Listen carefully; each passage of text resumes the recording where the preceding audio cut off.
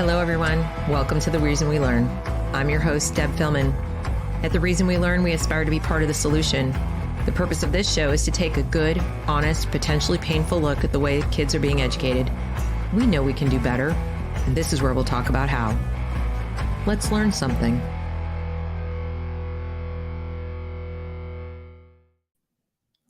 Good afternoon, everyone. Welcome to The Reason We Learn. I'm your host, Deb Philman. Thank you for joining me today for a conversation with Raymond. If this is your first time here, I hope you'll consider subscribing to the channel so you can be notified when I make new content, especially live shows like this one. The goal is for this to be a meeting place, a town hall of sorts, where people who want to improve education come to hear ideas and share their own. A place where diversity of thought is not only welcome, but championed. So with that in mind, I've invited Ray to talk to us about teaching behind enemy lines in California. He is still a public school teacher. He has a teaching career spanning 29 years in both public and private schools, from kindergarten all the way to the university level. He is still employed in the California public school system. And he has also educated other teachers. He spent 10 years as a master teacher. That means teaching people who are in the classroom, finishing up their degrees and doing their internships. So with that in mind, I'm so excited for this conversation. Please help me welcome Raymond. Hi, hey, Ray. Hey, Deb. How are you? Good. Thank you for inviting me. I deeply appreciate it. Well, I'm excited. And now that I know you're a big famous person, having taped Dr. Phil, he told me that before the show, you guys. He's like, well, I just flew back and I was taping some shows for like, it was just, I went to the grocery store, I was taping for Dr. Phil, and I was like, I'm sorry, what? So that was news to me, but thank you for agreeing to be at my little show. I'm sure that was an experience that we'll probably get into. Your show is probably of much more importance and relevance. Well, you're very kind. we taped on Tuesday, this past Tuesday, so the show will air sometime in the next 30 days. And the topic of the show was queer and transgender students, not the ideology per se, but what do you do with the students and their impact on others in the school setting. So always, of course, the topic of bathrooms, and was the basic part of the conversation. I can say this: after the first episode was taped, Dr. Phil asked all of us to stay and do a second show. Interesting. With him. Normally what would happen is you would tape your show, and then the guests, of which I was one, I was not the primary guest, but the guests would leave, the audience would stay. And then the next guest would come on, and they very small audience in a round table format now. So the topics are related. So if your audience has any interest in that, they might want to check that out. But believe me, you are far, far more important than. Well, you're very kind, and the good thing about this show is you're allowed to say whatever you want, and thank you. No one's gonna edit it out or boo you or anything like that. So there's always that, and that's a plus. And that kind of gets us to you being in California. Yeah, California. What's that like? Born and reared, not raised. Children are not raised; they're reared. Cattle. Thank you for that correction. Cattle my grandparents used to say that. They said animals, barnyard animals are raised. We rear children. Yes. And the difference matters. The difference does matter. It does. It's the difference between a corpse and a carcass, right? It's a certain form of respect toward our species. And the process. Because when you raise, livestock, it's usually for slaughter, for food, or for utility or some sort of thing. And human beings that's not their purpose. Yes. Right. And they were supposed to grow up and live individual lives of happiness and purpose and all those things for themselves. Yes. Right? Yes. That is what the goal is. If you are a teacher, right? Not an educator. That's one of those fake words. If a teacher's job is to help the growing mind learn to become conceptual and learn to think in principles so that they can guide their own lives to success. That's really the job Right. of a teacher. What do you think? Why do you think the profession shifted to calling themselves educators? To puff themselves up, to try to intimidate parents, to make them sound more important than they really are. And it's really strange because teachers are important, but when you're fake and you aren't really doing what you do, you feel the need to, if you lack that self-esteem because if you're not really a teacher, if you're not really doing what you're supposed to do, you're going to feel a sense Right. of lack of self-esteem, and you're going to feel the need to come up with something that is more professional sounding, I guess. Right. I hear Right. the I hear the same sort of language when people say, it's the same thing when people say, uh, I reached out to them, but they never got back to me, right? Instead of just saying I emailed or I telephoned, right? Because Right. you see, when you say I reached out, you're taking a moral position. You're saying I reached out to them, and they refused. Because right, if they didn't get back to you, right, they refused you, right? Maybe they did, maybe they didn't, maybe they were dead, maybe they were asleep, maybe they're on vacation, who knows? But you get to claim the moral high ground by saying, "Oh, I reached out to them," and right, instead of saying I emailed them, no response. It's a way of trying to make oneself.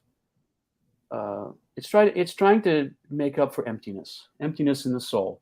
That's all it is. Yeah. Well, and I think too, like a lack of esteem, lack of Mhm. self-esteem. If you like yourself and you have confidence in what you're doing, whatever that might be at a given moment, and even being a friend or being a child or a daughter or son or whatever, you don't need to do that.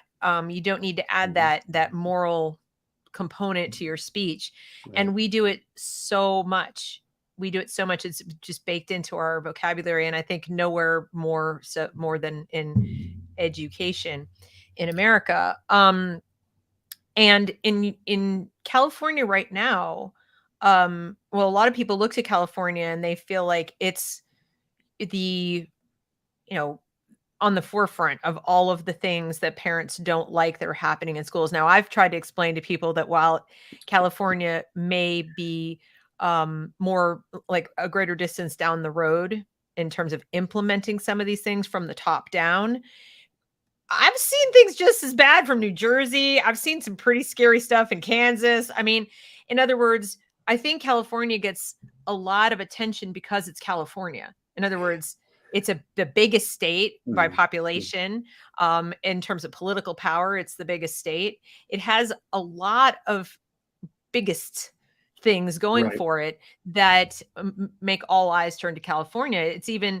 It's so big that textbook writers and Mhm. curriculum developers and even the Department of Education, everybody kind of looks to California, and what goes on in California does tend to travel. Yes, Um, it's coming it's coming to your school soon, if it's here.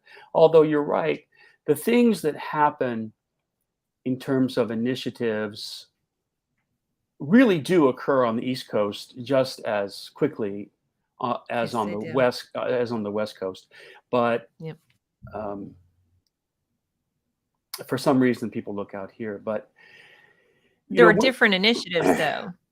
So, like, Yes. we're in California, you might get a lot more focus. For example, people are noticing the emphasis on things like gender theory Mhm. and ethnic studies because of the emphasis on the top-down ethnic studies curriculum that's been Right. implemented and so on. Right. Whereas on the East Coast, you might be more aware of the Black Lives Matter, CRT in the classroom. The African American studies is being implemented in places like New Jersey, and while they do a lot with the gender theory, it seems like people will preface things like with, "Well, I'm in California, so," like that's why it's so popular here. Um, Different regions have their sort of pet causes. Yeah. Um, Yeah. So that's something, but honestly, it's splitting hairs at this point. It really is splitting hairs. The main difference is the culture around you, I think. It is You probably have fewer allies. It is the iceberg. We have hit the iceberg. The the ship is tilting, and it's really is only a matter of time. Yeah. And so I thought maybe what we could do, Deb, to start out with, since we are, if correct me again, we were the main audience is parents and how to help parents Yes. deal with some of Yes. the issues, and we can get into what those issues are in particular is. And I've had this, I'm going to mention a particular problem. I've had this problem with friends of my own and their own children. So when you deal, for all you parents out there, when you deal with teachers and principals and administrators and school board members, you have to realize two things. Number one, almost everything they tell you is going to be a lie. Now, it may be, and I do mean that seriously, and by lie, I mean a direct intentional lie, or a lie which is, when it's spoken by the person who's doing it, they are rationalizing what they're doing to gain something else.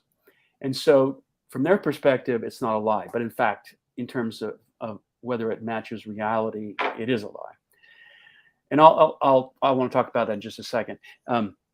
So what I mean by that is when a teacher sits down with an administrator sits down with you and talks about diversity, okay, they don't mean diversity. They mean conformity. Okay, they mean conformity of thought in all things. That's what they mean by. So when someone starts talking about diversity, if you have to deal with it, you can ask, do you mean different opinions, different forms of religious belief? What do you mean? Or do I have to agree with you that when a young girl says, I'm not a girl, I'm a boy, am I allowed to disagree with that and talk to you about the violation of private spaces? And you will very quickly find out they mean conform. By inclusion, they mean exclusion. They mean safe spaces for minority groups, whatever the minority might be. But they mean separate graduations, completely separate Black graduations, separate scholarships. And I'm not saying, I'm not giving an evaluation at this point as to whether it's inappropriate or appropriate to have a separate celebration or a repeat, or, I mean, that's really for the individuals to decide what matters in their own lives. But the point here is they mean exclusion. They don't mean inclusion.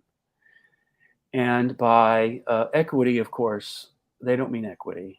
They mean full out inequality, a complete stacking of the deck in favor of the favored group at whatever is it at the moment, whatever the favored group is at the moment.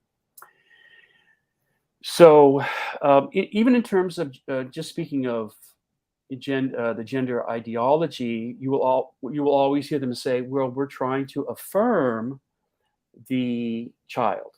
But of course, that's not what they're doing. They are again, the opposite. They are denying the gender of the child. If a child, for example, if a child were to come to me and say, you know,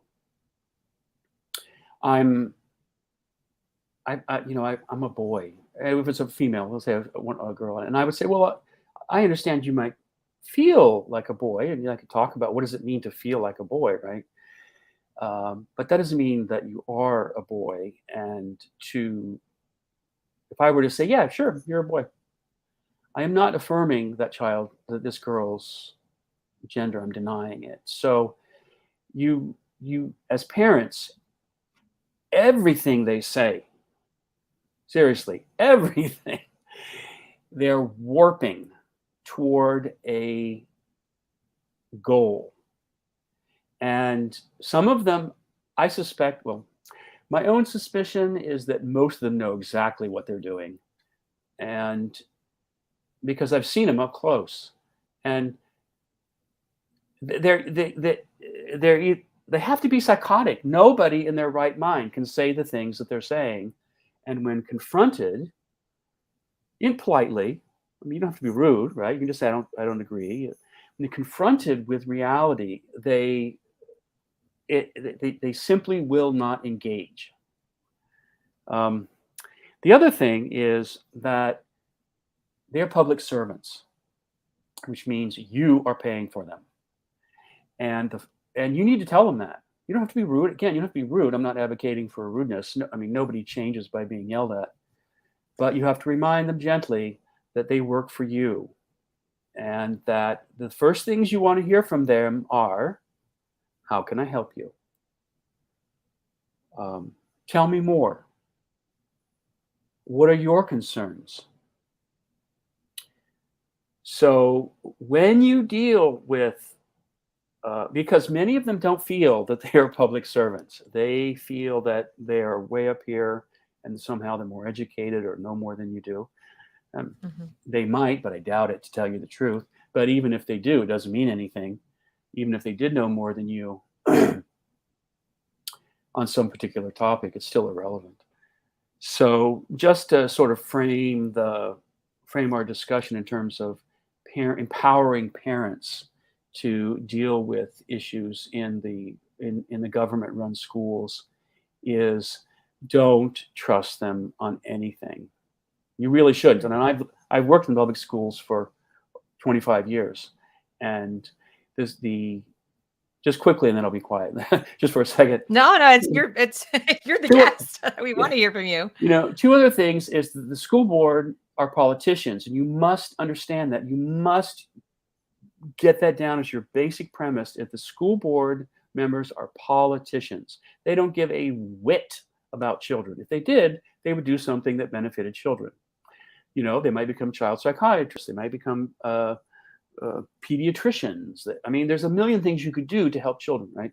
You could become a doctor and research diseases that affect children. But that's not what they're doing, okay? The school board is really just the first step on the way to becoming a congressman or lieutenant governor or whatever. That's what it is. And that's their goal. That's always their goal as politicians. Now, on the other hand, the teachers union doesn't give a whit about your child. They care about one thing and one thing only, and that is money for their members. And again, I can tell you this because I've been a member of the union for ever since I've worked in public schools. And on no occasion in those 25 years, and I was a union rep for many years, I think there can be a legitimate role for unions, but again, I'm not endorsing or criticizing unions and their functions here. But it is not true that teachers' unions exist for the benefit of the students, and it isn't necessarily that they do so, but it's entirely dishonest that they say they do. So that's also something you need to keep in mind as parents. Yeah, I've seen all of this, and I really appreciate you sharing that, because very often we talk about specific issues, this kind of pedagogy or praxis or blah, blah, blah. Then I get from parents, can you use regular words that I understand? Or can you just sum it up for me? And between you and Frank McCormick, who I had on before you came on, I've had two things summed up so well. He said, they don't believe in rights. Just understand that they don't believe in rights. And then you're saying, and they're lying. So, I mean, as parents, if you take nothing else away from these two conversations today, understand that you are sending your children into an environment where if you get a Ray or a Frank, you won the lottery. You got struck by lightning. It's, you that's, or your child did.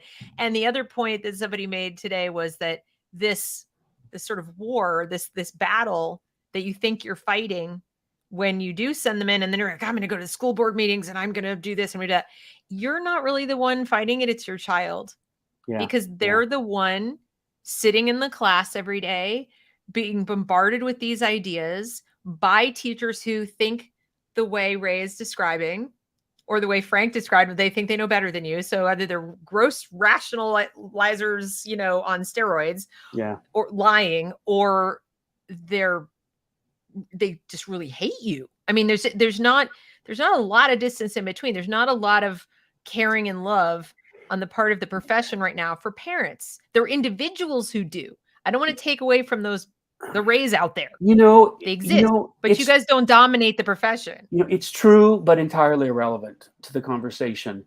You have to realize that government schools are government institutions. So think of all of the other government institutions you deal with, right? Think of the DMV. It's true. Think of the post office. Think of your Social Security. Think of the military. Think of any particular governmental institution. Now, you can always find great human beings. There are great, the lady who delivers my mail, she is a great woman. I mean, she's hardworking. She carries a mountain on her back. She's a Vietnamese immigrant. She's carrying basically my body weight on her shoulders, and she doesn't go home until all her mail is delivered. And she is fantastic. Okay. And I always try to give her an orange juice whenever I see her. And in government-run hospitals, right, which I have, the community hospitals, which are the worst of the worst, right? You can find great nurses and great doctors and all of those, but generally that's not going to happen. And it really isn't the point. So nothing that there's the issue here is something other than that. And just to give you a taste, I don't know if we talked about this before in setting up this interview, but 2 years ago, the Glendale Unified School District began implementing its critical race ideology. I don't use critical race theory because that is a technical term which is descriptive of a particular legal theory. Right. And from it has grown critical race ideology, which is really what's happening in the school district.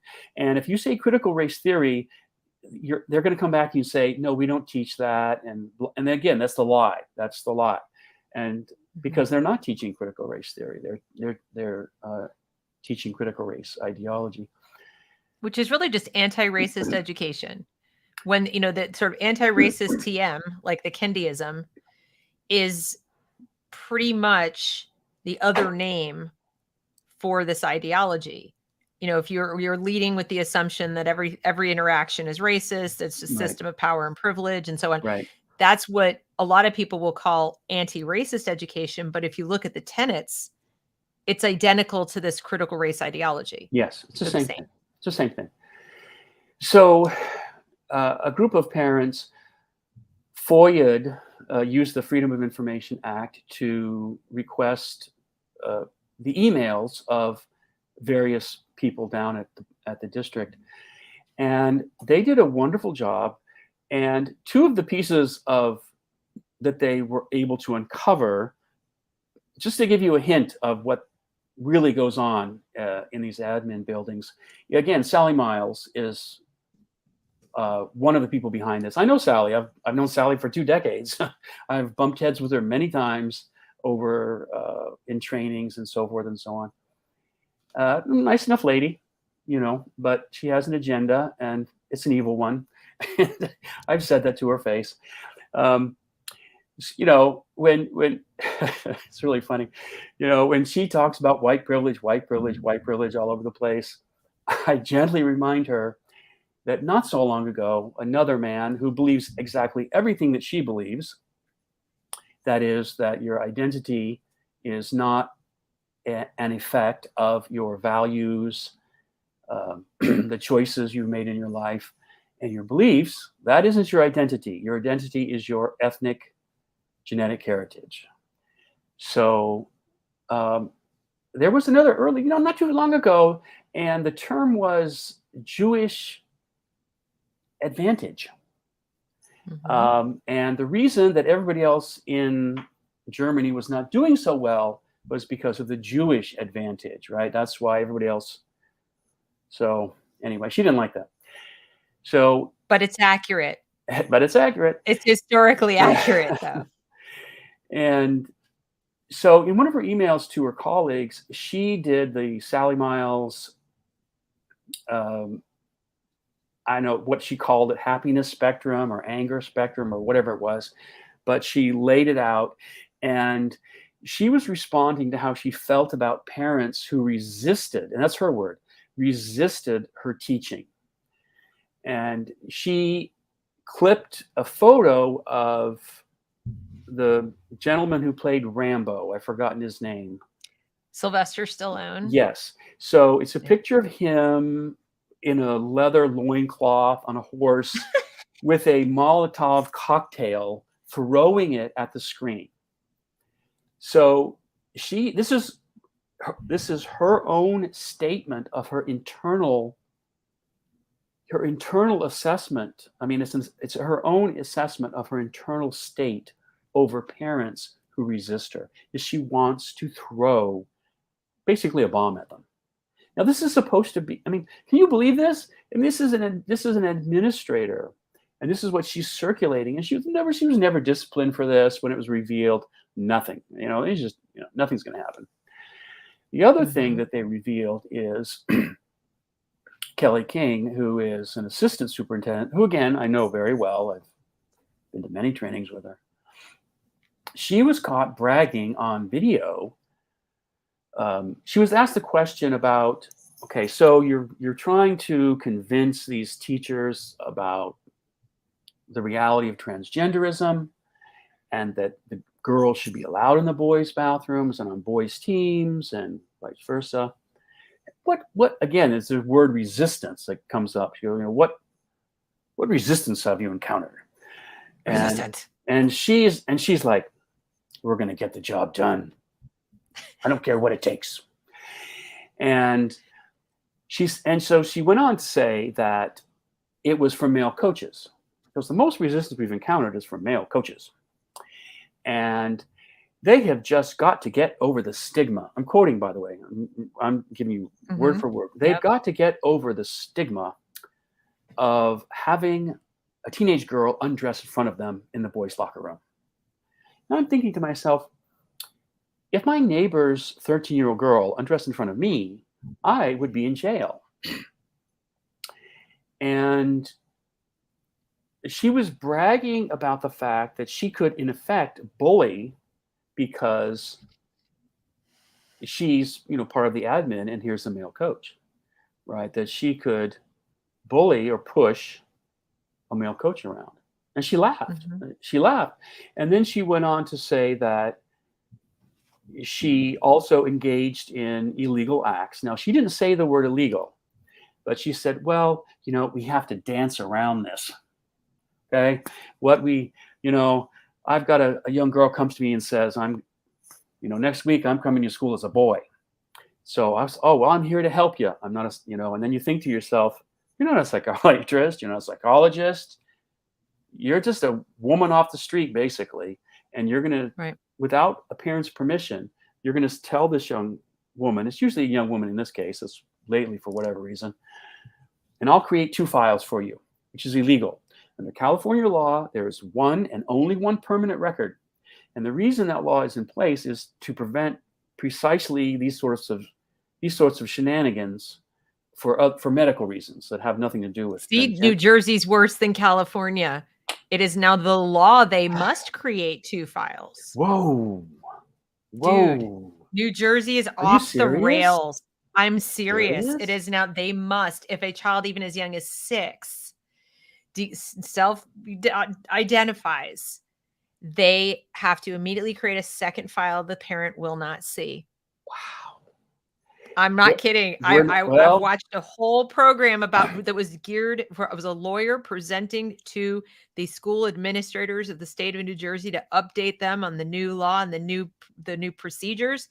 And they were asking all kinds of questions. And what was horrifying to me was to hear them asking questions like, so do we enter both files in the system or does one stay a paper file? And I'm sitting there going, where's the person saying, this is insane. Do I have to do it? Can I fight back? Can I rebel? Can I, as a superintendent or principal, say no? Didn't hear that. Heard a lot of stuff like, I don't think our software will support this yet. Are we working? And yes, we have a team working on updating the software. Yes. And I'm just like, Hannah Arendt is rolling in her grave about the banality of this evil, that these bureaucrats are just like, I just need to know if it can be a paper file. Can someone tell me? Right. And that's what she did. She said, I will take their permanent file from the school, which needs to be there in case, as a teacher or if there's an emergency, or if we need to look up medical information or anything to do with, if the police come and say, we have a missing child, we need a picture of the child, you go to the permanent record and you say, this is what they look like, right? So she said, well, I just, I bring that file to my office and it's right here. I got it right next to me, and then I change all the information and I put a letter in there and I say, if you really need to talk about this, come see me. And I put that file at the school, and mommy and daddy have no idea. So it's here. Okay. This is really happening. Okay. It isn't something that's in the future. Things look calm on the surface, but it's always that way before the storm. Right. When my grandmother was alive, I sat down with her and I asked her, she was born in 1911. And I said, Grandma, did you know World War II was going to happen? Was there any that the whole world would be involved in a war when you were a child? And then did you know the Great Depression was coming, or World War II? The first 20 years of her life were spent basically at near starvation level. Right. And she goes, we had no clue. We had no idea that this was going to happen. And the same is happening in schools now. It's already here. Excuse. When your grandma was young, I mean, you had maybe, you might not have had even a radio. Yeah. So you certainly didn't have the internet, and we have the ability to know just about everything going on in the world right now if we wanted to. Yeah. And what I'm seeing is a lot of denial. I'm seeing a lot of people in a state of denial. It's almost like they're grieving. I've described it that way, that there are many parents who are grieving the loss of the schools they thought they had. They never had them, but they thought they had. Right. And they are stuck in the denial phase. There are a lot of people stuck in denial phase. You can recognize who's made it on to anger phase because they're the ones showing up at the school board meetings and yelling into the microphones, which, as you just pointed out, isn't really going to make the difference. They hope it will. And then you've got the people who are pulled out in homeschooling. They've made it all the way through to acceptance. Right. But yeah, I would say we have the majority of people are still in denial. We have a small subset who are in anger and blame. They're kind of in there. Yeah.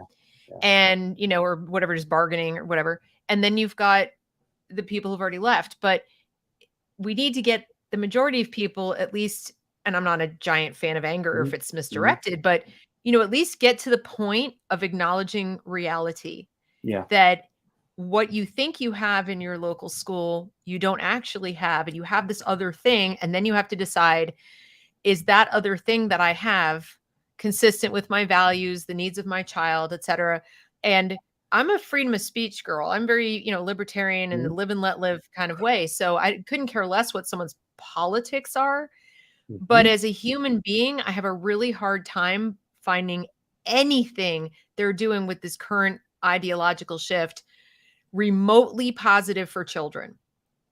I just don't see anything good about teaching kids to, sort of changing their mindset at a very early age to look for problems, to look for oppression, to look for enemies, to identify with external, markers that are immutable, like your race or your sexual orientation or things that You didn't choose. It's like that's not your identity, right? But they're labeling they're claiming children, they're labeling children. And so again, I don't care if you're dyed in the wool Democrat, I don't see how that is a positive thing for a developing human. Yes, It's not children. political to me, I guess is what I'm saying. Well, all human beings, excuse me, all human beings we need to look up. We need inspiration. We are not just biological material beings. We are also spiritual beings, and we also need spiritual fuel. And children who are concrete bound, who haven't reached the conceptual level yet, need inspiration. So in the same, I completely agree with you. In the last few years, one of the very minor things is something as simple as Thanksgiving, right? Which we have a day on the calendar. It's a national holiday. Celebrate it or don't. It's your choice. It's no big deal. Right. But that particular day has a historical significance to the foundation of the United States, which is significant in world history. And that what those people did was a good thing. They harmed no one. That particular group of people didn't kill anybody. They didn't enslave anybody. They made an alliance with a local group of Paleolithic people against other enemies that this group of the whole point that these Aboriginal peoples allied with the Pilgrims, who is because they had other tribes who were trying to murder them, and they lived in peace for 40 years, and that celebration is a good thing. And yet you have teachers, some parents, not many, but more and more parents saying, I don't want my kid, I want my son and daughter wearing that little brown thing with the feathers, you're race stereotyping. And of course, Aboriginal Americans decorate themselves with feathers, people. It's it's fine, as no big deal. Exactly. But they don't want them wearing the turkey hat, and so if you substitute that for, this group of white people came over and stole the land, and it's just a way to destroy a children's ability to maneuver in the world, and so that learning isn't filled with joy. Every new thing you're going to learn is going to be a new terror. And that's the quickest way to make a slave population, is just tell people everything's bad, because first of all, everything isn't bad. But children in particular need to know that the world is a good place to be, and that under the right circumstances, you can find wonderful, great happiness and success in life. And so, and again, it's already here. It's unfortunately. Now, I've seen it. I've seen it grow. What you're talking about too is hope. There was a teacher who made a YouTube video after the shooting in, I think it's Buffalo, in the grocery store. Was that Buffalo, New York? Anyway, and she wanted to read a book to her first grade students, and she made a YouTube video so they could watch it, And she said she's talking to these, 7-year-olds and saying, I've been feeling so down and so hopeless, but then I realized I could come and read a story to you, and your generation gives me a glimmer, you're my hope. You give me a glimmer of hope. And then she proceeds to read a book all about racism and all the stuff to the kids. And I got so mad. I was doing this on my channel. I was watching this video and I said, honey, your job is hope. You are hope. Your learning is hope. Like, your entire purpose in the classroom is to model hope.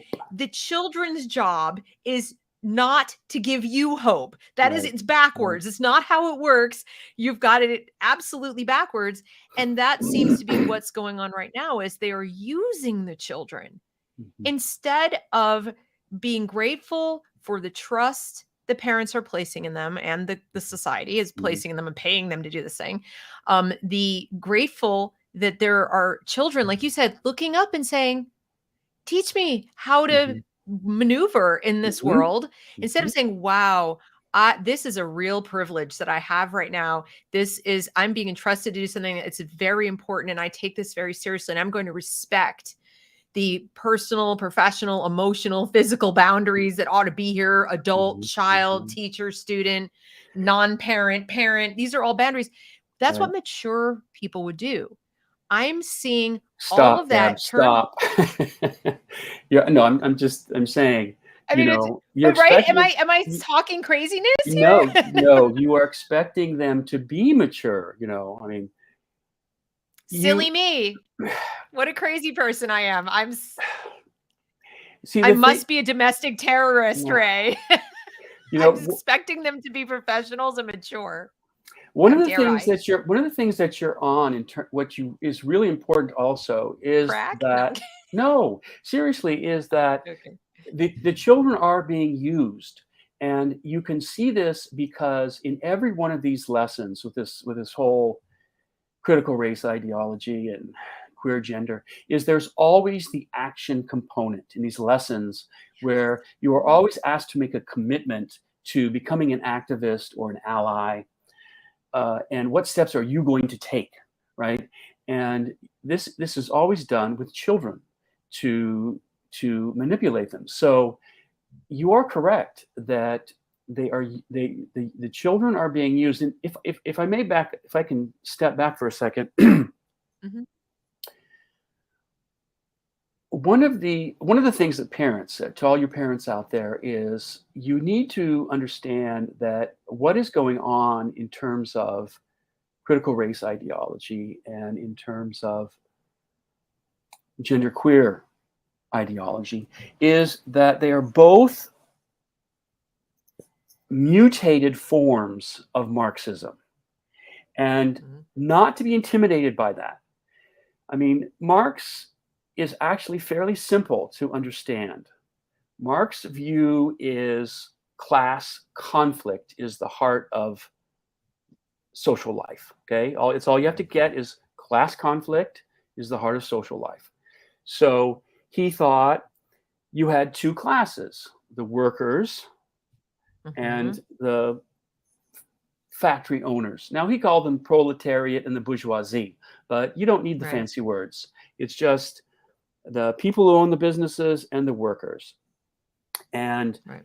the in modern parlance, the oppressors and the oppressed, right? And they're Right. just smashing them.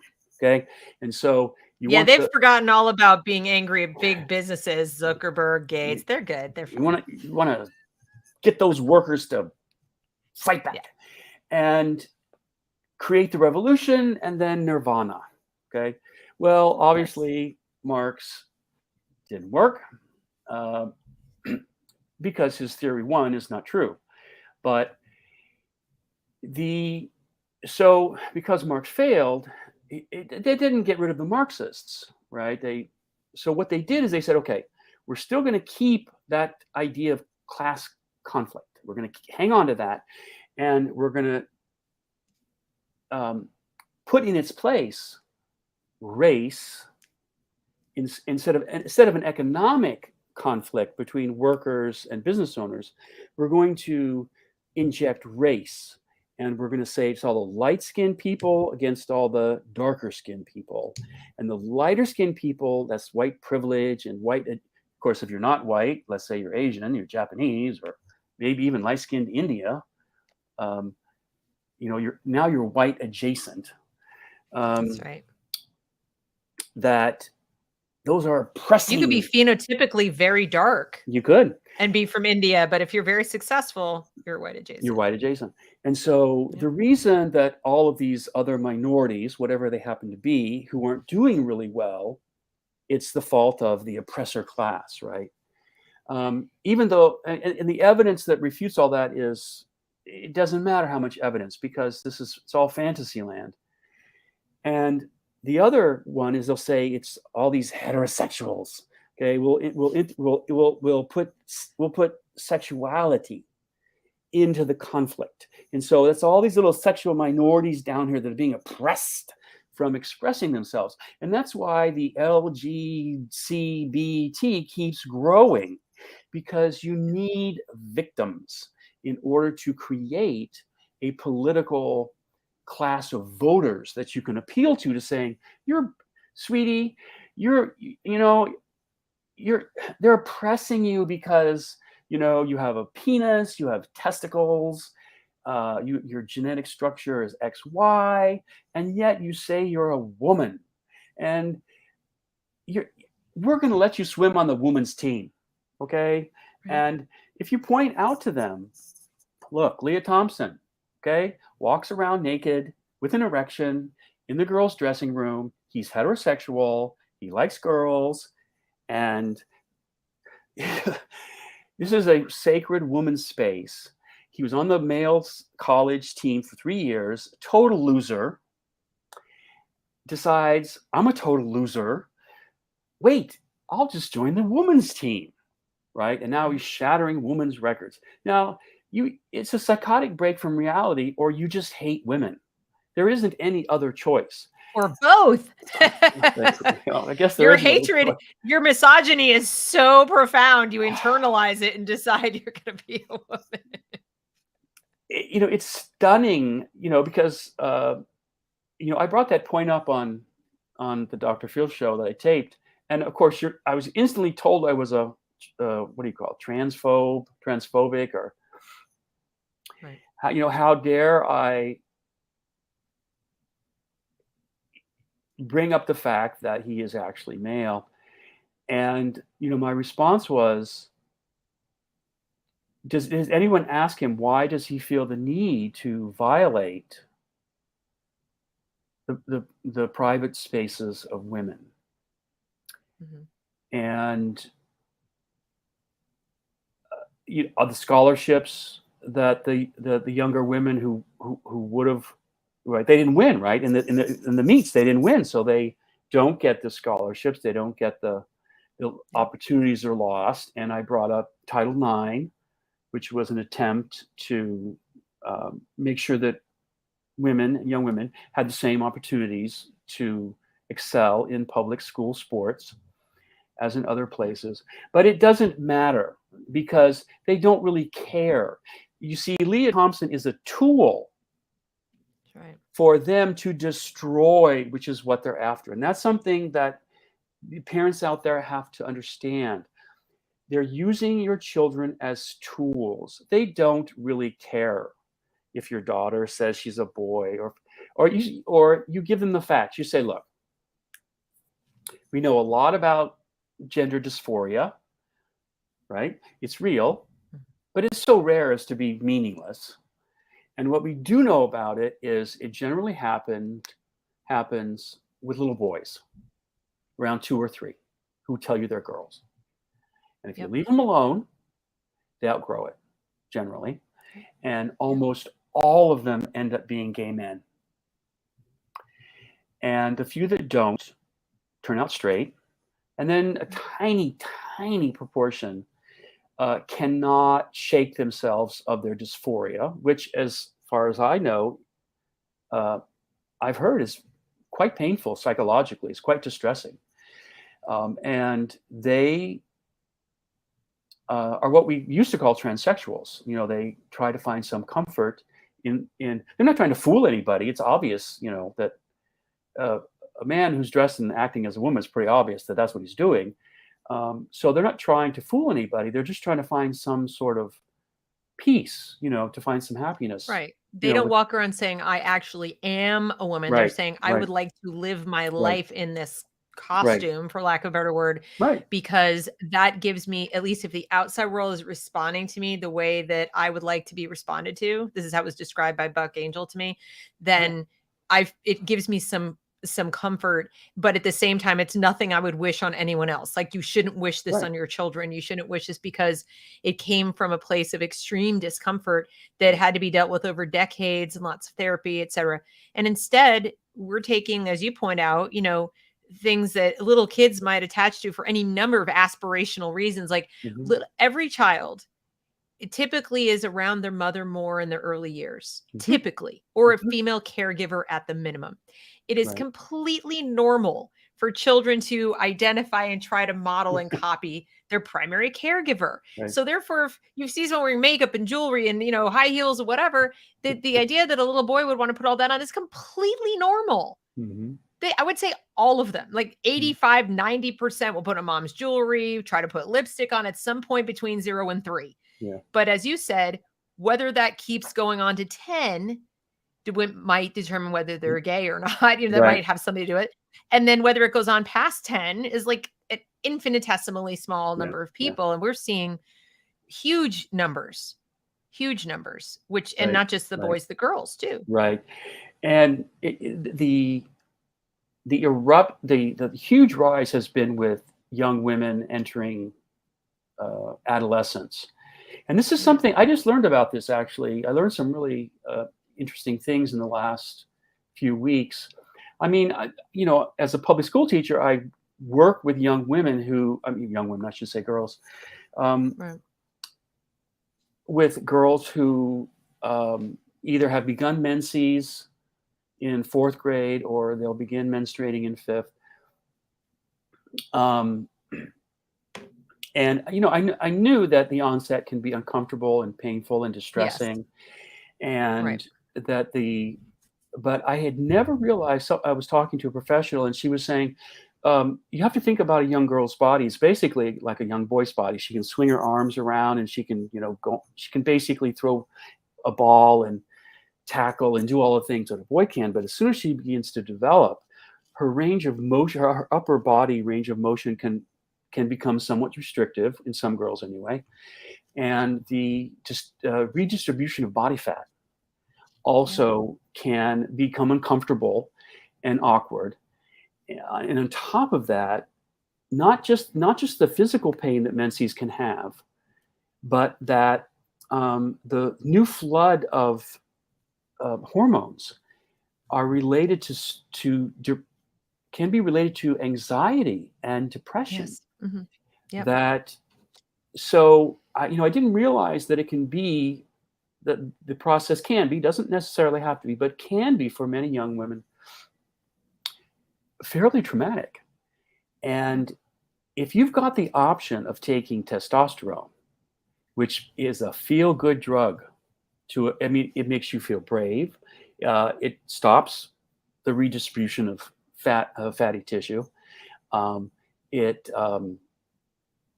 Testosterone, for those who take it, it makes it again. So it's a drug. It makes you feel high, and not wanting to deal with the challenge of transforming. Women's bodies really do transform in a way that men's bodies don't. And instead of giving young girls the extra support they need, they have the option of, hey, well, maybe you're not a girl, right? All this going on here is when what they really need, like you said, to just be accepted and reminded by the people around them, most of whom are women. And if you're talking about elementary school, that most elementary school teachers, they say, yeah, oh God, I remember that. It sucks, but it will pass. That, I mean, I'm just thinking back even in my own life, and I remember that's the feedback I got from anyone I talked to was, yeah, this is going to be a rough couple years, but when you come out on the other side, it's going to all be okay. So you'd feel like, oh, okay. And it's sort of like the teenage version of when the little kid runs, falls down, skins their knee, and they look up to see how they should react. Am I right? Like, Am I hurt? I cry? Am I hurt now? Right? Well, teenagers, it's kind of the same thing. They're crabby, they're anxious, they've got all these feels. You can see it on the outside. You don't need to give them a survey. You can kind of see they start getting a little touchy. That's a good time for people to say, this is a difficult time to go through for everybody. We had Judy Blume, Are You There, God? It's Me, Margaret. These kind of books, they helped tremendously because you'd read these stories. It would be like, oh, this is normal. Oh, this is So this normal. is going to suck. And it's normal. And everyone else is having a sucky time, not just me. All right, I'm good. And you can keep Yeah, going. yeah, But they don't do that. It's, oh, this is abnormal. You must really be trapped in the wrong body. And I mean, you ah, start saying that to enough people, you end up with 40% of a class that yeah. is either non-binary or, you know, they're whatever, You know, it's something like else. They want it's to be like you something else. said. You know, when I work with young children and they do get, they get hurt, they will look to you because they don't have any way of processing or knowing if they are actually hurt. They just feel pain, right? And the That's right. pain in which you're really hurt and the pain in which you're not really hurt are basically the same. Right. So, with the girls in my class, I always tell them, with everyone actually, I just say, these chemicals and it's just start going to be flowing through your body, and you're going to feel like you want to kill somebody, and then 10 seconds later you're going to be laughing hysterically, and then an hour later you're going to be crying your eyes out, and then after that you're just going to be going, oh, I like that girl's hair, it's so beautiful. And I just tell them these are just chemicals, they're not you. Okay, they're Yeah. not you. um, your friend's going to put their arm around you and funny things are going to happen. It's just Yeah. chemicals, and you just have to tell yourself and give yourself room to breathe. And if you're really And you've been allowed to say this stuff, like nobody has pulled you to the side and said you're breaking protocol? no, because I don't mention sex. I just say it's your body's going to be changing. Your skin is going to, your sweat glands haven't developed, which is Mhm. why you don't stink and dad does, right? Um, your sweat glands haven't developed, and you're all caterpillars, and you're going to become these butterflies, and the changes are going to take time. They take years, and to be gentle with each other. And if you need time just to say, you know what, I need to go sit outside, or I want to put my head down, or take a privacy moment. You don't have to explain anything to me. You can just say, you're old enough, okay? You're old enough to know if you need some privacy time or time to go sit outside. I know you're not going to run away. I'm not worried about it. Just treat them with respect, instead of Right. saying that there's something that they're not. But Right. again, for parents, is your children, unfortunately, have become fodder. Excuse me. It's a little emotional for me. Have become fodder for people who really want destruction for destruction's sake. Um, and the next wave that's really coming along, I think, because I think the transgender wave is one, at least in California here, it's really one. You really can't challenge a child or an adult by saying you're crazy. Yeah, this is a girl, this is a boy. Um, is the race, and that is going to cause so. I mean, at least with a transgender, it's contained to a small group of people who, quote unquote, identifies the other gender, right? But race is everybody. And what they've begun to do, and you should ask your children if they do any of these activities. The biggest one right now is what's called a privilege walk. And you can go on YouTube and watch them. I mean, it's not like they hide these things. So No, they'll it's true. they'll ask all the students to line up. Oh, we're going to play a game. We're going to do an activity. Let's all line up. And then they'll say, I have a prize, and I only have one prize. And the person who we're going to have a race, but we're not all going to start at the same place. I'm going to ask you some questions, and depending upon how you answer, you get to take 2 steps forward. And then at the end of the series of questions, uh, then we'll have the race, and you'll start wherever you are, how many Right. steps you took away from where the original line was. So they'll always start with this question: if your parents are still married, you get to take 2 steps forward. If you never missed a meal because there wasn't enough food in the refrigerator, take a step forward. If you ever had a tutor, take a step forward, right? And so the message is so obvious. It's so obvious, and it has nothing to do with gratitude. It has everything to do with shame, unearned shame, which is abuse, by the way. it is. That's child abuse. So you'll get this pattern, and then they'll ask the kids in front to turn around and look, right? And say, you owe, right? It's unfair, right? Now, anybody in 10 seconds could say things like, oh, and then they'll say, so you could say things like, well, are you saying this is what life is like? Because in life, we don't all start at the same place. Why is there only one prize? In life, it's not one prize. In life, our interests don't have to conflict, don't have to end in conflict. Reality doesn't owe us anything. The world doesn't owe us anything. Our neighbors don't owe us anything.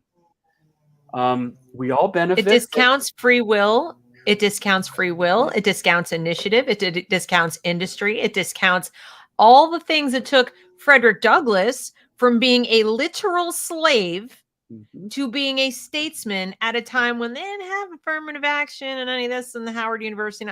No.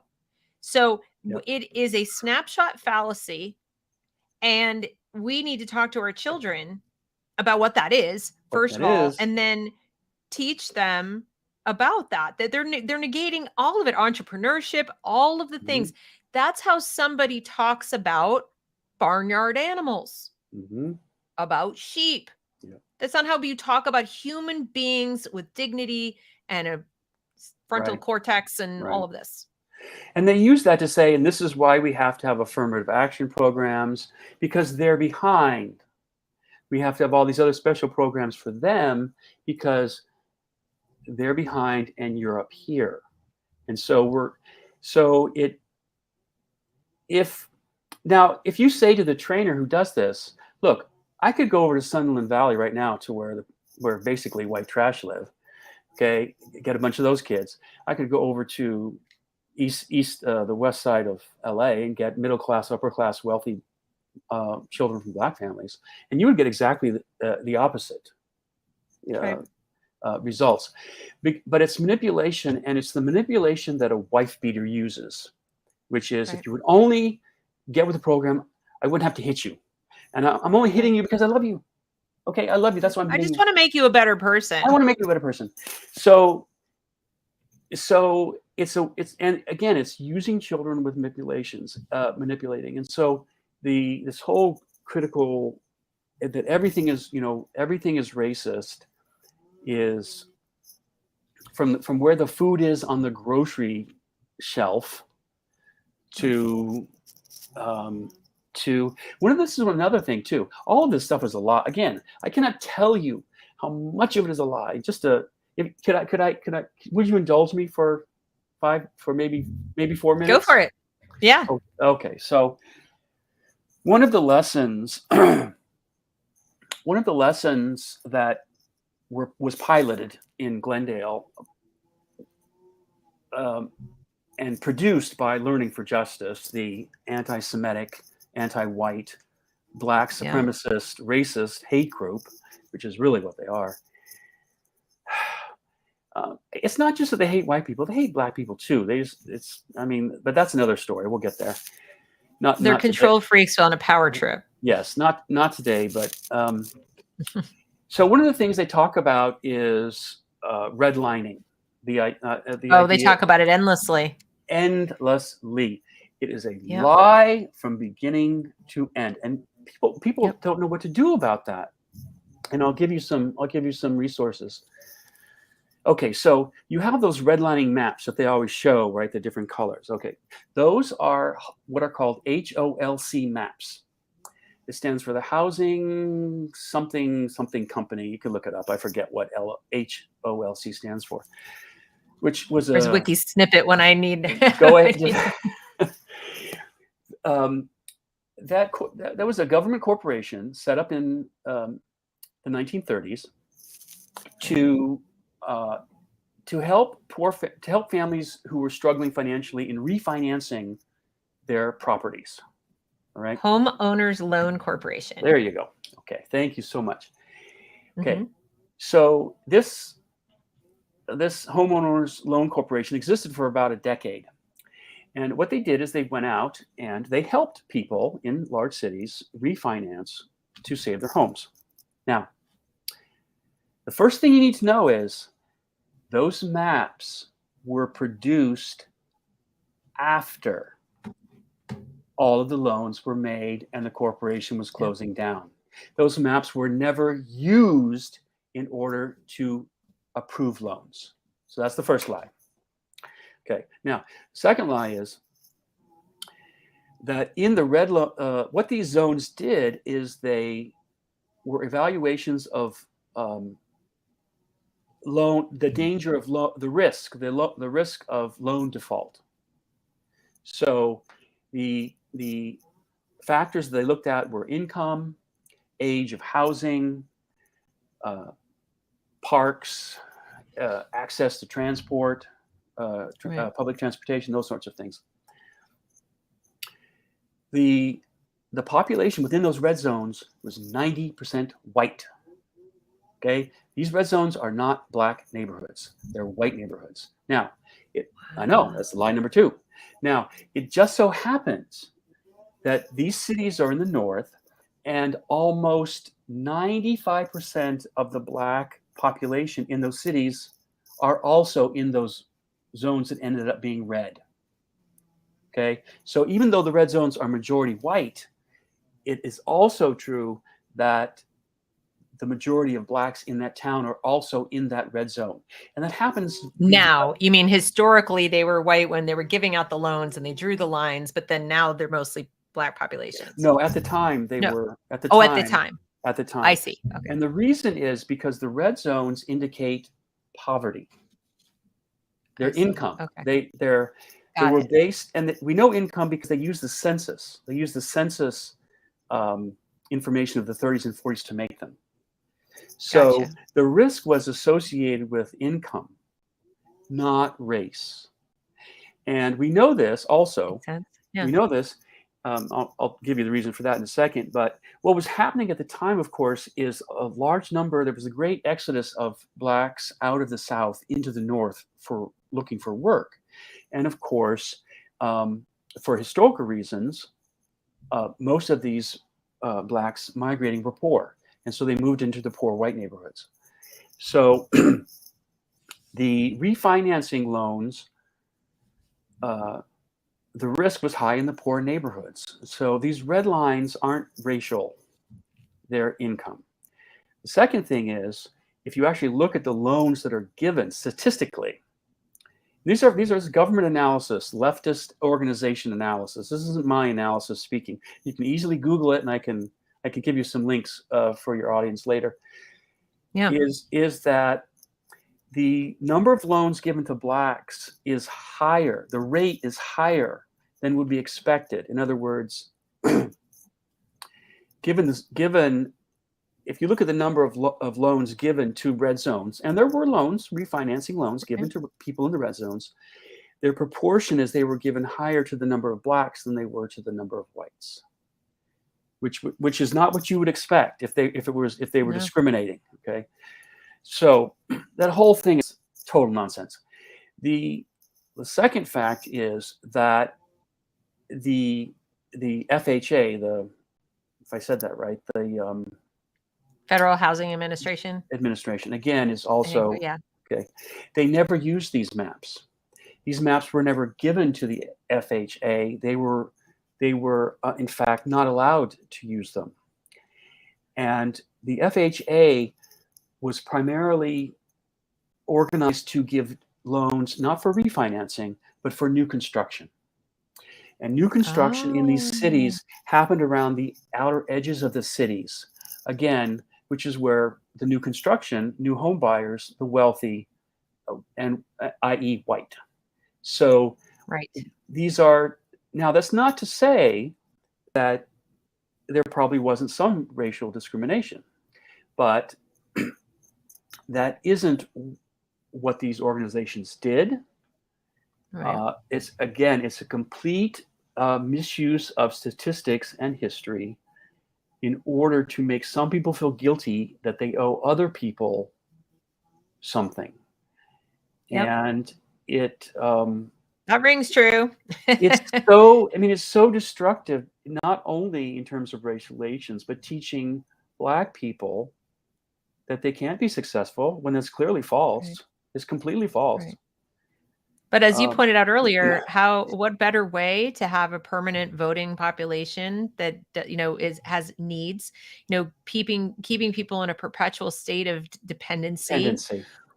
And what's also good about it, or rather evil about it, but what I'm saying for the people doing it, if people are saying, well, why would they do it? Why would they do it? Well, power, duh. Power. And money, which is another function of, which is another form of power. But it's as Ray pointed out earlier, it's changeable, meaning once you can convince people that their identities are external and that identity is what matters, and that there are in groups and out groups, all you have to do to maintain your power is just keep switching up the in groups and the out groups. But it's the concept that's, first of all, anti-American. Mm-hmm. It's not an American ethos that we inherently belong to groups and that's what defines us. We're the first country on the planet that codified individual liberty and the concept of natural rights. That was our thing. Okay. Not saying we invented the concept, that's ancient Greece, but we really took it and put it into law and said, we're going to build a country around this aspirational goal. Like, we're not going to get it perfect. We had slaves. Okay. But we worked towards it. Can I interrupt just for a second? Yeah, go ahead. We actually did get it perfect. That's something. Well, the ideas were perfect. That's something you need to give. That's something you need to give to yourself, and that is this: that we have to understand the difference between a principle being stated, and then the social and cultural time that it takes for that principle to be implemented. And it is absolutely the idea is perfect. The implementation is not took a flaw. while. It is not a flaw. It is not an imperfection that it takes time for good principles to be implemented. That is just simply the nature of social change. So that's right. That's right. You have the right to say America was perfect, and change takes time. And the change that we have gone through is still taking place in every single country in Africa, in many, many countries in Asia, some countries in Eastern Europe. We are so far ahead of them. So don't let them tell you that America is imperfect. Right. Because America, and they would like us to go backwards to a place we've never actually been. Yeah, we've never been to this place that is Soviet-esque, Mao-like. All this collectivist mentality is anti-American. And when you take children, impressionable children who really don't know the difference, and you tell them that the way to navigate this life is to find the groups, quickly find, identify, align, and take solace and safety in the group. And by the way, you are born with obligation on you, and you have more or less obligation based on things you had no say in whatsoever. You're creating people who are also really malleable by anybody who comes along and declares themselves to be the head or the representative or the spokesperson for that group. And if they change the rules and move the goalposts on membership in the group, which of course they do all the time, that keeps you in a heightened state of alertness, which it creates anxiety. It prevents you from any kind of self-actualization, from achieving any kind of self-actualization, because your first goal is, how do I remain in the in-group? And if they're going to change the rules every day of, this is our new vocabulary, this is our flag, this is what you can call people, this is what you can't call people, these are the people you can like, these are the people you can't like. When do you even know who you are? You don't. You're waking up every day going, who am I today? What do I believe today? That is so powerfully insightful. I hadn't thought about the psychological distress, the anxiety that necessarily has to come from trying to figure out which tribe you need to identify with in order to be safe. And I hate to say this, but I bring a sensibility to this work because unfortunately, I had some situations both in childhood and adulthood where I had some, like narcissistically abusive relationship. There were people in my life who told me what to think and told me what would make me good and not good and so forth. And there are kids walking around today who individually have that level of chaos in the home. And then to go into a school and have this put on them even more, to me, it's like a double whammy. And so I know exactly what it feels like till far too old, walking into a store. I remember one time I finally decided to get myself some help. And I said, I need to go see a therapist. I need to do something because this is ridiculous. And one of the exercises that the therapist had me do, he says, the next time you're out, I want you to go window shopping. And as you walk past the windows, if something jumps out at you, if you see something that you think, you don't think about it. Don't think who would approve, who wouldn't approve, whether it's appropriate or not. But I want you to go inside. I want you to buy it. You can return it later, whatever. But as long as it's not crazy expensive, but go in there and I want you to start going on these impulses because your voice is in there. It's just really, really quiet. And so you need to identify it and go with it.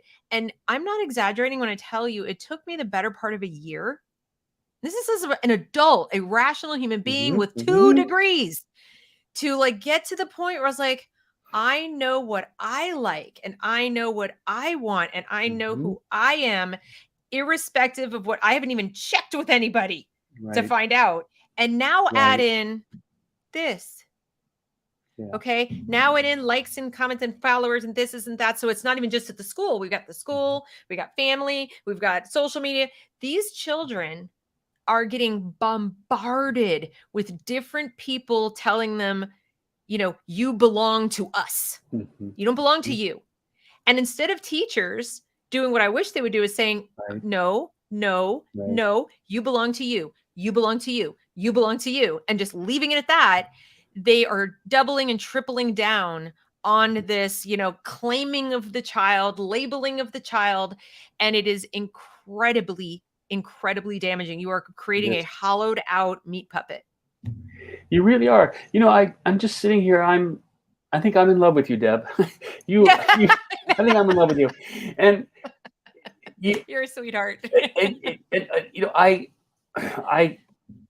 What you say resonates so strongly with me because I work with children, and because I am a gay man. And I grew up in the 60s and the 70s when the culture was hostile to homosexuality. But my mother really didn't care what anyone thought. And her attitude was, well, I won't curse on your show, but her attitude with anything was, I don't care what people think. And growing up, I actually thought, when I was younger, I thought, oh, I'm a gay person. I'm part of the gay population and all that sort of thing. And then I actually encountered gay people. Okay. And as an adult in the early 80s with the sexual revolution, the enormous amount of promiscuity and drug use, so alien to the values that I had admired in my mother, is I remember thinking, I have nothing in common with these people. I have, they would it's like saying, okay, Japanese people have a nose and I have a nose, so they're my tribe.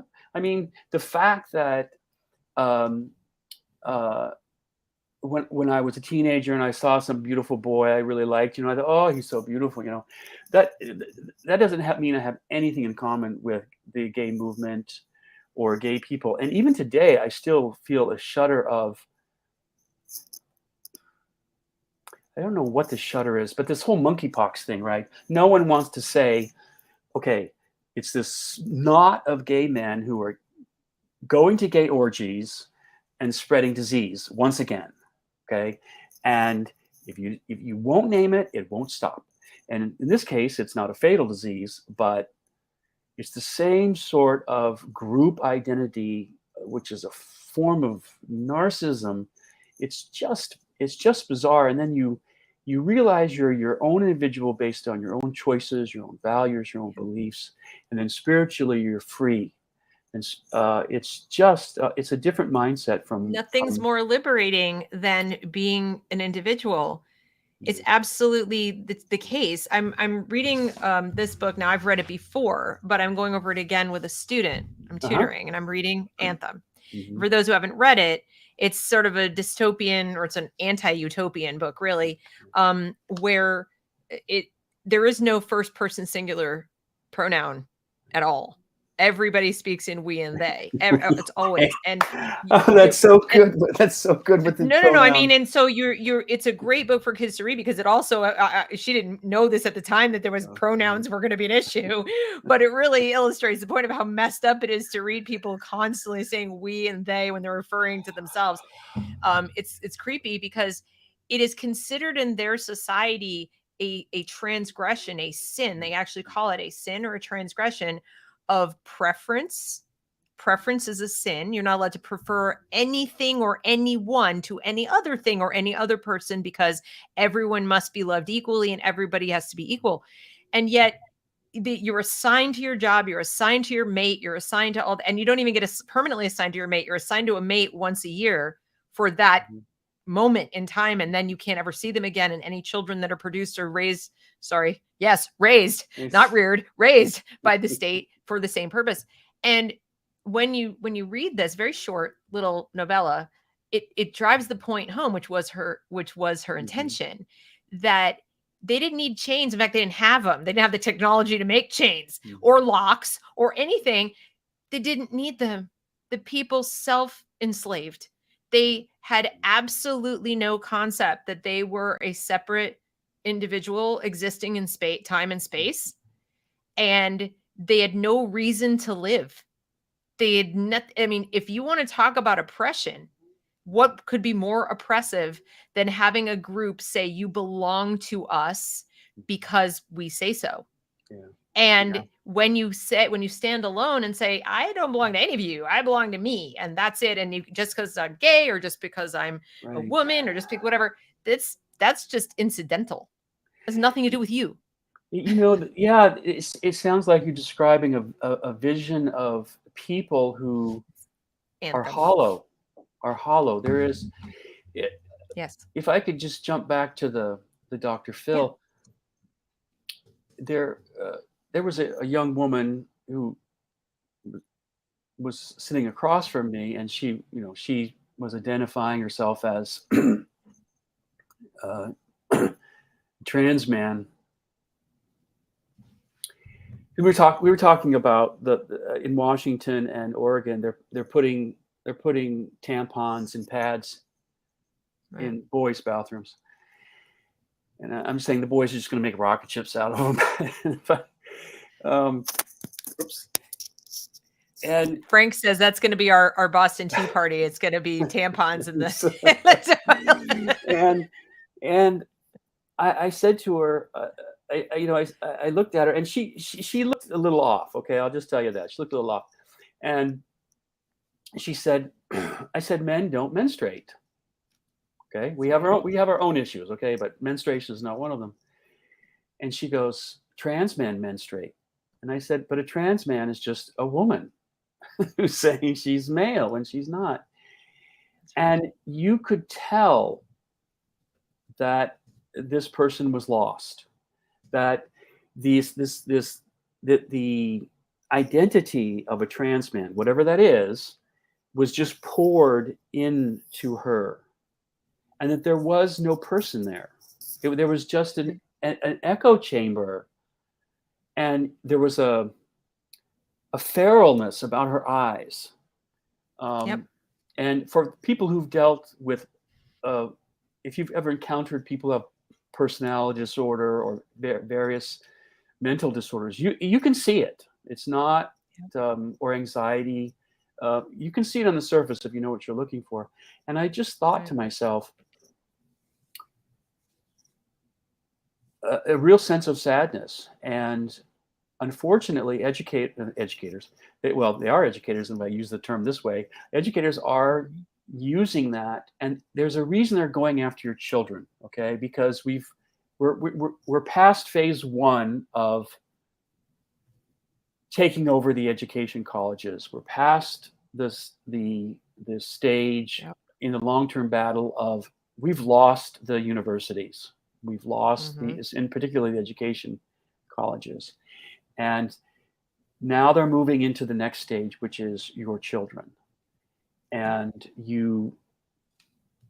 this is exactly the same maneuvers that they used in Maoist China and Stalinist Russia and Nazi Germany, where they separate the youth and prepare them and teach them that they belong to the larger group, and to what's the word I'm looking for? To inform on their parents, to betray their parents. Right. And so we're starting to see cases of young women, in particular, call social services on their parents because they will not let them dress or behave as they want to, and parents have begun to lose their daughters. I've talked to women parents, I should say, who've lost their daughters. And these girls don't know what lies ahead for them. The chances they'll be trafficked if they're put in a group home go up exponentially. Really? It's really horrific. They think they're doing this great rebellious thing. First of all, they're not going to change their parents' mind, and they don't understand that once you engage the state, there's no going back. You don't get to say, oopsie, I made a mistake and I want to go back home now. Very often that once they've got you. Mm-hmm. And they put these kids into group homes. And in some cases, the group homes it's very lucrative for the people running them. Right. So they're not all on the up and up. And then kids disappear from these homes. Bad things happen to them in the homes. If they say I'm a trans man and they're put in with males in a group home for males, then they can end up getting raped. It's like being put in a prison, except obviously you can come and go, but you're a minor. You can't really come and go. They don't know what they're getting themselves into. And sometimes it's not the kid calling, it's the teacher. It's resulting in some really ugly things. Really? Yes. There was a terrible story that where I think there's a grandmother who's desperate to try to regain custody of her granddaughter, but this poor kid has been bounced around. The story, I think, originated in Maryland, but it just bounced all over. She's been trafficked. She's been raped. She's been in the system now for, like a long time. There's an article on Substack about it, but these stories are popping up more and more. They're still not, it's not like in the thousands, but it shouldn't be any. It should be zero. And I've read at least 3 stories of kids who've ended up in this situation. And so I think we have something to be concerned about when it comes to this. And I also am concerned that, when the kids start going down this path and another adult comes in and starts triangulating with the parents don't realize how much danger they're in or their child is in, right? It's not like you can just pull back. So it's a big problem. Once the legal system has hold of you, it's not going to let loose. It's interesting. You talked about it being lucrative. This is how do I say this? One aspect of all is money. Sure. Is wealth transfer to all of these organizations that promote all this and spread all this. Well, a lot of people ask me, they say, Deb, but why? What's the end game? And like, it doesn't have to be an end game like in the 20th century where there was a dictator and wanted to rule the world. It doesn't have to be that pinky in the brain simple. Mm-hmm. But what you can have is as you described in the beginning, people who have their own personal need to, be in control or dominate or feel good about themselves or whatever. And they have a long list of rationalizations, each of which or clumps of which happen to satisfy goals of other big organizations. So, for example, the gender theory stuff. Okay, there are people who might have some mommy issues, daddy issues, who knows what issues, their own identity issues. They project that, they rationalize they're helping, and there are pharmaceutical companies that benefit, there are politicians that benefit, there are big moneyed interests that benefit, there are people who sell the surgeries and so forth, they benefit. Okay, then you might have the people who are like who have some bitterness on the racial side, and they come in and they start projecting that onto the kids. Now you have curriculum developers, you have activist organizations, bona fide communists, politicians, venal people who want to buy 5 or 6 houses, name Patrice Cullors, I mean, whatever. But the rationalizations, I'm just saying that rationalizations serve many masters simultaneously. And it doesn't have to be, does it really need a big bad boogeyman? Or can it just be a perverse set of incentives that happen to come together in the school, like in the education system with our captive children as a perfect audience for all of these bad actors and bad motivations and gross rationalizations, to the point where, the only common denominator is the audience. Everything else could be all disparate and all, with having their own interests. It doesn't need, you don't ask me to give you the one big bad boogeyman. It's power and money, but your kids are the common denominator. Yeah.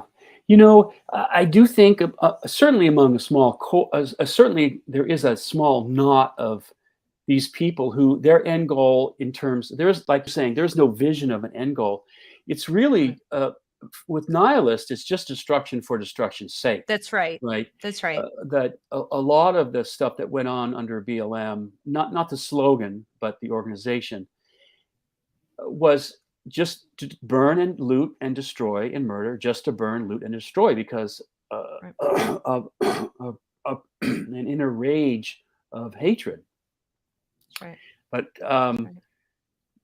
it's hard for people to grasp, and it's especially hard for decent people. And I do still believe the majority of Americans are those people.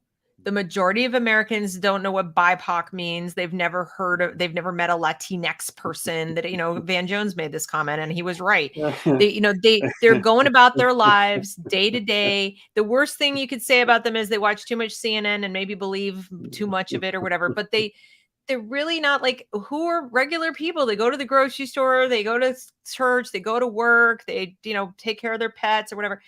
And it's a small subset of people who are just enraged and angry and whatever their problems are.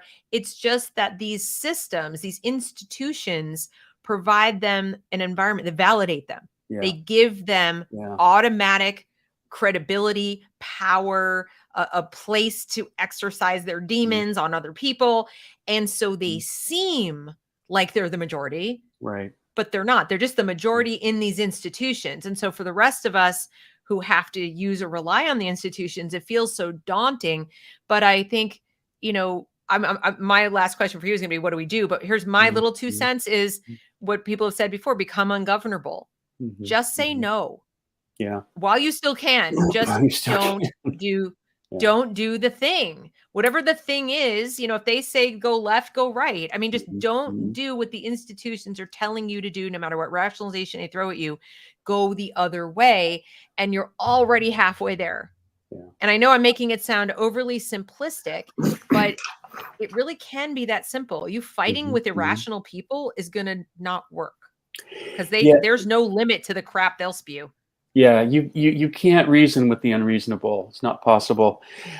I just want to point out, in terms of for parents who are watching, there's always a series of steps, which is that I think of. And first thing is to confuse people, and that the next step is the confusion leads to conflict that's not necessary, and the conflict leads to chaos. And the chaos opens the door to people controlling you.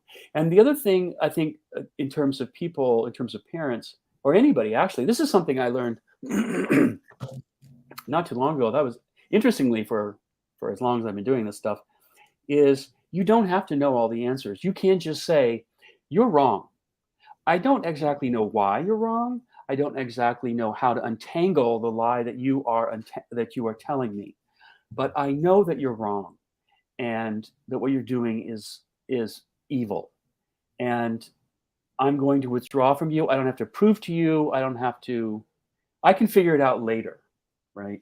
That's right. Um, and that's That's right. important. That's really important to be able to say, I'm not exactly too sure how or what's going on, but this is wrong.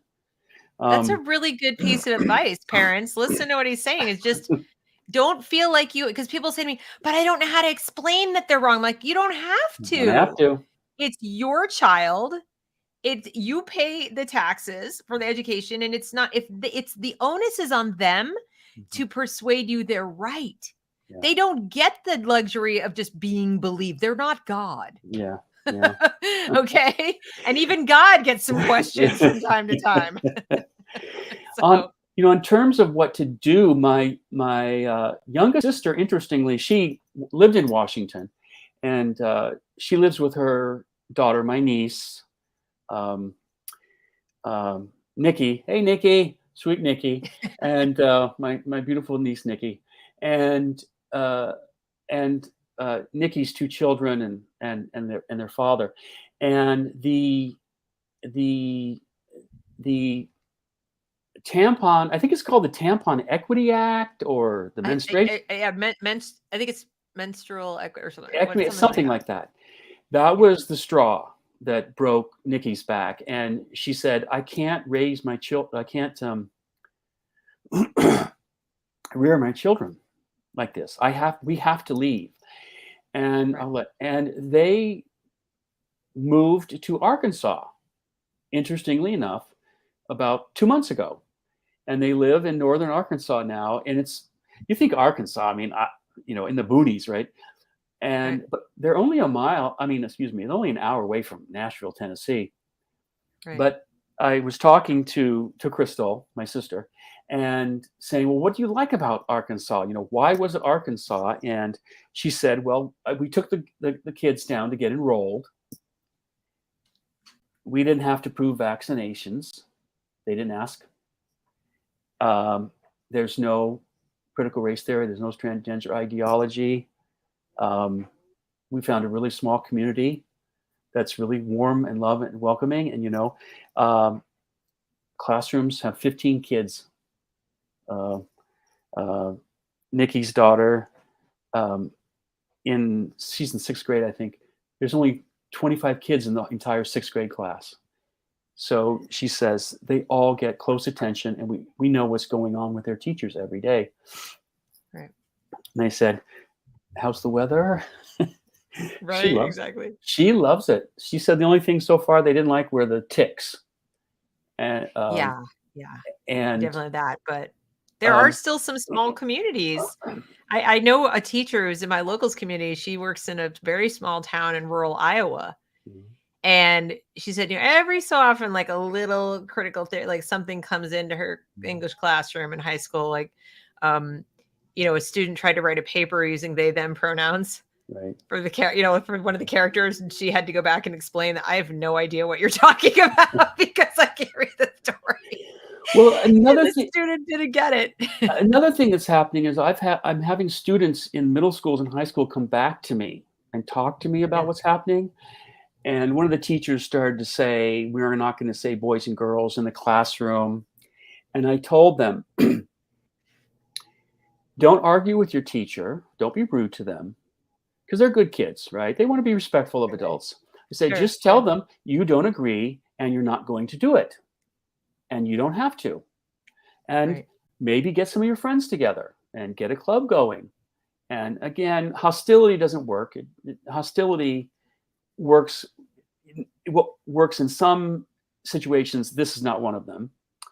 That's right. And just say, if you want to use they them, that's fine, but I'm not going to, and I'm not being disrespectful, and your job is to educate me, not indoctrinate me, and Right. so I'm going to hold you to doing that. My parents are too.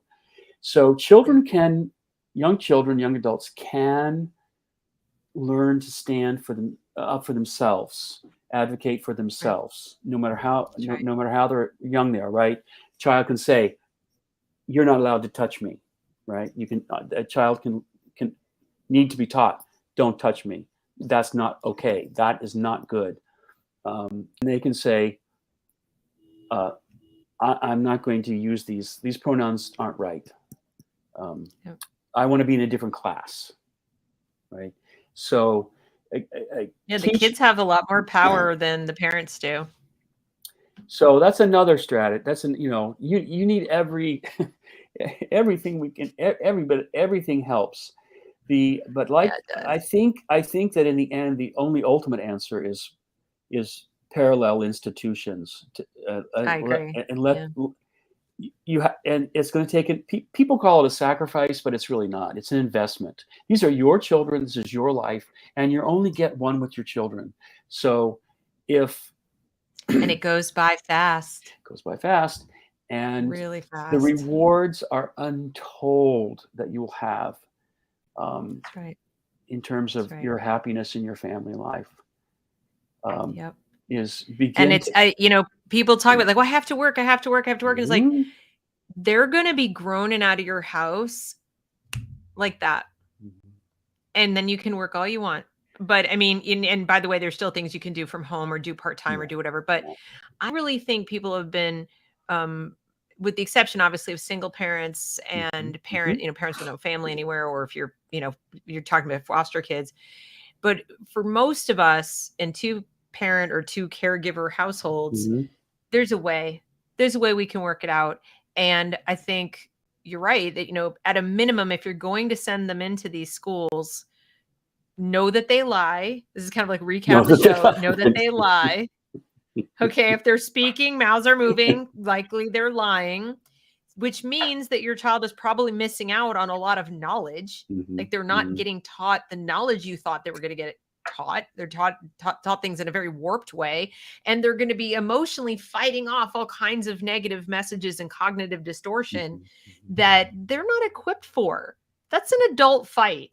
mhm. That's, teaching the patterns of thinking of depressed people is something adults have trouble resisting. There are toxic workplaces Yeah. that behave that way. I've been in a few, and the only benefit was having been in a toxic environment as a younger person. I started recognizing it sooner and got out. But I know people who stay in a job and they're like, that is toxic. They're abusing you. And I was like, what are you doing? So imagine how hard it is for a kid. Yeah. Yeah. They don't have any frame of reference. They don't have the background knowledge. They don't know what's out there Yeah. that they And could go to. and there's no there's no shame in poverty for a few years. No. I grew up I grew up in the extreme poverty because I'm BIPOC. For those of you who don't know, it's let's see, what is BIPOC? Black, It's indigenous. Latino, indigenous. Okay, I'm indigenous. Okay, I am an authentic American Indian. I am registered with the Bureau of Indian Affairs. I have my number. I have my tribe. It's the Wintun Nor El Mook Band in Northern California. They have a casino. I don't get any of the money because I'm in the wrong band. I'm in the Nor El Mook band, and there's some other band. But my other sister, she was a single mother, and she said, "I'm going to go on welfare. I'm going to get on. I'm going to go on welfare so I can be with my daughters for the first 8 years of their life. I'm not going to work, and we're just going to be dirt poor. I'm not going to have a car. I'm going to move to a small town, and we're just going to eat rice and beans and Right. then when they get older, I'll start my career." And she did exactly that. And the relationship that she has with her children and her grandchildren and my nieces and great nieces, it was worth it. It was worth it for her family. I mean, it was poverty, no doubt, That's right. but I mean, it's not pleasant, but people have survived, worse. And if your choice is that your child is going to not be what they could have been man, as a person, that they might end up being, completely hollowed out, spiritually and emotionally just damaged. And there, you can't replace that. You can't fix that. The learning you do, the development of your just yourself, your self-worth in those first 7 or 8 years is very difficult to fix later. It's funny to me that they talk all the time about trauma informed learning, and they're always talking about trauma while inflicting trauma, lots and lots of trauma on the child, and they are not informed about trauma. It's transparent. They're not informed about what trauma is, the way they make presumptions about children's backgrounds, about their culture, culturally relevant pedagogies. Like, you don't know what their culture is. You're making assumptions based on how they look or how they dress or what. That is just bigotry turned into something nice and virtuous is what you're doing. And, it's just dressed up with manners. That's all it is. And do you want to subject your child to that? That's the question. For those parents who are on the cutting edge, like you're on the cutting edge because you mentioned trauma, historical trauma is the next wedge to use with critical, excuse me, with critical race theory. They gave us a training on it, historical trauma as affecting learning and as a wedge.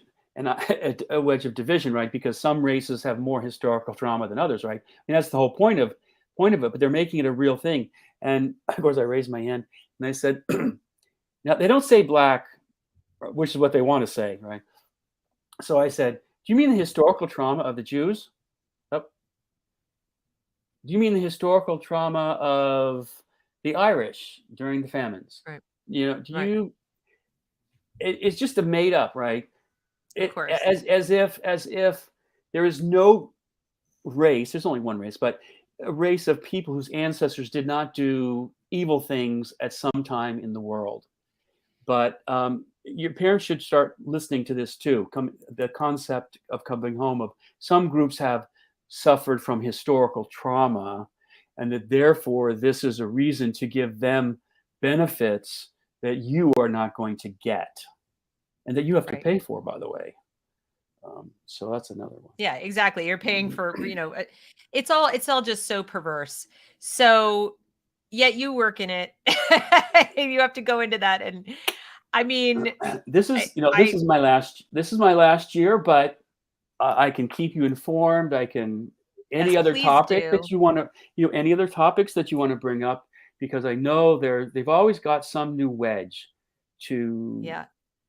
Definitely keep us posted, because I try to do as much research as I can, and I have parents who send me things, have these little like secret spies who are like joining things and paying for curriculum materials and sending it to me to analyze. But it's great. I mean, they're really working hard to stay informed, but at a certain point something sets in with these parents, and it's I would say it's a kind of frustration I've felt, but I'm kind of on the other side of it because I've been doing this so long. They're like, why doesn't anyone believe me? Like this, why don't they believe me? Since you see it in horror movies where someone's like insistent that something horrible is happening, like, no, it's fine, the gaslighting. But they're struggling. And so I hope you take from Ray's appearance here that you're not crazy. Your gut feeling that something is wrong is right. You don't need to explain why you think they're wrong. It's your child, and your gut as a parent is more correct than all of their graduate school classes they took at Columbia or whatever, and from the latest greatest critical theorist or whatever. Just, would you agree that parents should just have a little more faith in themselves and their love for their children and go with that? Yes. And my last word is listen to what Deb says, watch her, and spread what she's doing, because in her, you have a true saint. You have a true champion. Oh God, no. No, I'm serious. You're way too kind. You have an articulate, beautiful, benevolent spirit. And the one thing above all that people need is inspirational, moral courage. And I think we need that. So the change starts here. And you are one of those agents. You are one of those agents. And I thank you from the bottom of my heart for Oh, being one thank of you. those change agents. And hopefully, when I retire next year, this is my last teaching year in public schools anyway. Hopefully, I'll be able to do more in my own way to help. So I want to say thank you very, very much Well, for what thank you're you. And doing. thank you for being here. Is there any way that our audience can follow you or support you? Do you have any platforms or anything? Or is it more like check back in with Deb next time he's on? It's check back in with you, because Okay. I don't have a book to sell. I don't have Okay. a t-shirt to sell. I have no social media. My focus has always been on the kids. I just get up, I go to work on the kids, and someone just said to me, you need to start talking to people about what you know. I'm like, Yes, really? And they're like, don't people know this already? And they're like, no, they need to hear it from somebody who's in the system. I'm like, but they I do. don't want to be on social media. I don't blame you, but then this is good that you came here and you're welcome back anytime you have something you want to say. Just raise the hand and be like, Deb, I got stuff to say, and this platform is yours because the parents do want to hear from you. And so you say, like, oh, you're a saint. We think that the teachers who are still in this but against it, but willing to stick their necks out, willing to tell the truth, there's a need for that, and it's greatly appreciated. I mean, I certainly appreciate it. I know my audience does, Well, thank because you. they do start to feel crazy after a while, and they're telling us we're crazy, like explicitly. They're telling us we're They are. crazy. You're not. So You're not crazy. thank you. All right, Okay. everybody. Thank you so much for watching and for joining us today. Please like, share, and subscribe, and we will catch you next time. Hopefully Ray will come back. Take it easy, everybody. Okay. Bye.